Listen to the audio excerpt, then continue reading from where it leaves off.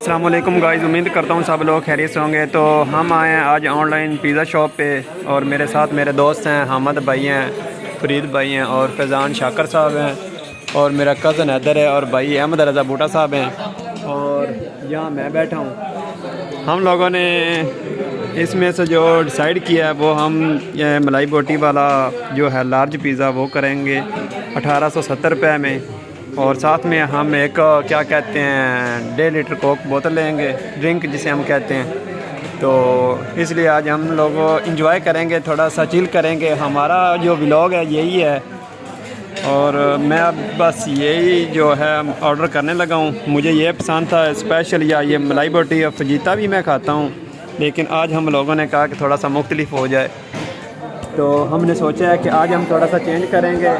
तो इसलिए आप लोगों ने हमारे साथ रहना है और नेक्स्ट व्लॉग आप लोगों के लिए बहुत जल्द मैं अपलोड करने वाला हूँ। कैचअप ठीक है, और ये कैचअप वगैरह भी साथ होती है, लेकिन हम जब पिज़्ज़ा आएगा हो सकता है मैं वो वीडियो अपलोड कर दूँ। ठीक है, आप लोगों ने मेरे साथ रहना है, मेरे व्लॉग पिज़्ज़ा देखना है आपने। पिज़्ज़ा आता है तो मैं वो भी वीडियो अपलोड करता हूँ। मिलते हैं फिर नेक्स्ट व्लॉग में, तब तक आप लोग अपना ख्याल रखें। अल्लाह हाफिज़।